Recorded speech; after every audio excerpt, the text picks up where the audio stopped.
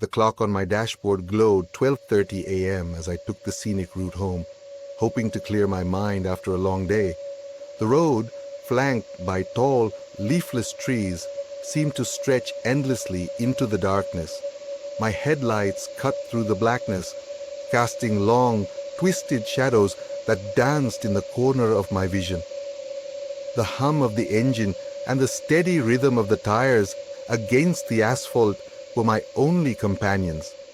But a sense of unease settled over me, like a cold hand gripping my spine. As I rounded a sharp bend, I saw a figure standing by the roadside, arm outstretched, thumb up.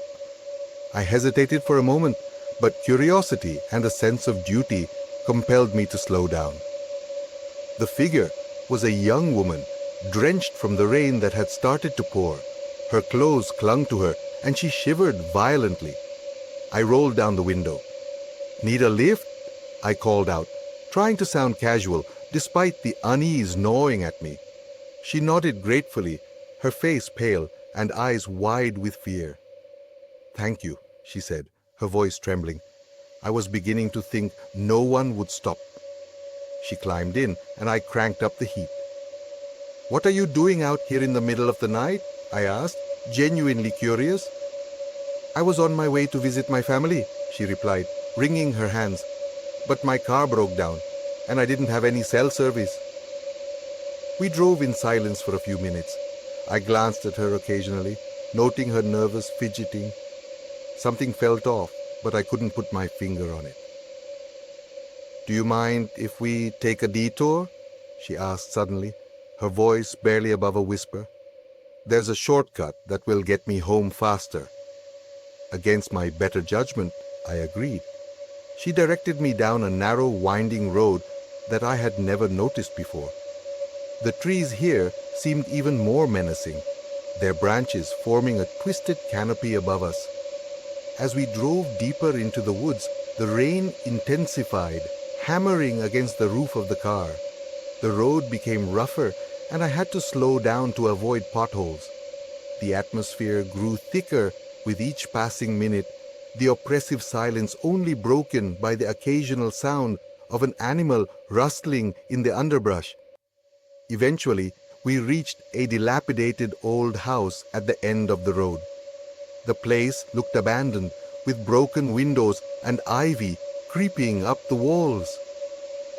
"This is it," she said, her voice oddly calm now. I pulled up and turned off the engine. She turned to me, her expression unreadable. "Thank you," she said softly. As she opened the door to get out, I noticed something strange in the rearview mirror. Another figure stood at the edge of the woods, watching us intently.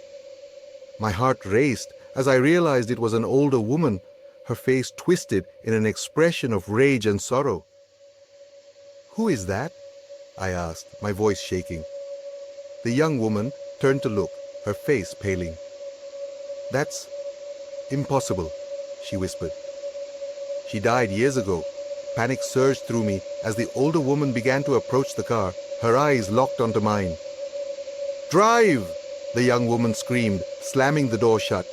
I floored the accelerator, the tires screeching as we sped away. In the rearview mirror, I saw the older woman vanish into the darkness. The young woman beside me was shaking, tears streaming down her face. "Who was she?" I demanded, my voice trembling. "My mother," she whispered. "She died on this road, trying to hitchhike home." A chill ran down my spine. I glanced at the young woman, but she was gone. The passenger seat was empty, the car eerily silent. My heart pounded as I realized the horrifying truth. I had been driving a ghost home. I sped down the deserted road, the weight of the encounter heavy on my mind. As I approached the main highway, my headlights caught the glint of a broken-down car by the roadside, and I swore I saw the same young woman standing there, her thumb out, waiting for the next unsuspecting driver. I kept driving, my mind racing with questions and fear. Was it all a hallucination, a trick of the light and my exhausted mind? The rational part of me struggled to find a logical explanation, but deep down, I knew what I had seen was real. I finally reached the safety of the main highway and continued home, my grip on the steering wheel so tight my knuckles turned white. The rain had stopped, but the road was slick and treacherous. My eyes darted to the rearview mirror repeatedly, half expecting to see the ghostly figures reappear. When I arrived home, I locked the doors behind me and sank into the couch, trying to process what had happened. Sleep eluded me that night, my mind replaying the events over and over. The young woman's terrified face, her desperate plea, and the haunting figure of her mother were burned into my memory.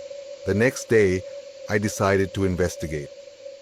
I drove to the local library and searched through old newspapers, looking for any information about the young woman and her mother. It didn't take long to find the story. A tragic car accident that had claimed the life of a mother and left her daughter missing, presumed dead.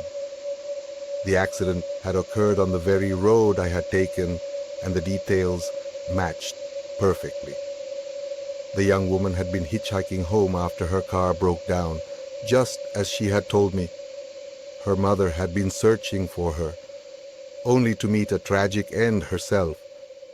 The hairs on the back of my neck stood up as I read the article. I had driven a ghost home, and in doing so, I had somehow connected with a piece of the past that had been left unresolved. That night, as I lay in bed, I felt a strange sense of peace.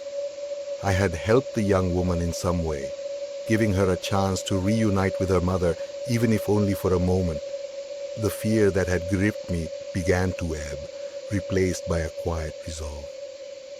The next time I drove that road, I couldn't help but glance at the spot where I had picked up the hitchhiker. There was no sign of her, but I felt a presence, a lingering echo of the events that had transpired. From that night on, I avoided the scenic route. The memory of the ghostly encounter stayed with me, a reminder of the thin veil between our world and the next. Every now and then, when the night was dark and the road was empty, I would think of the young woman and her mother, hoping they had found the peace they deserved. As for me, I continued my drives, always with a heightened sense of awareness.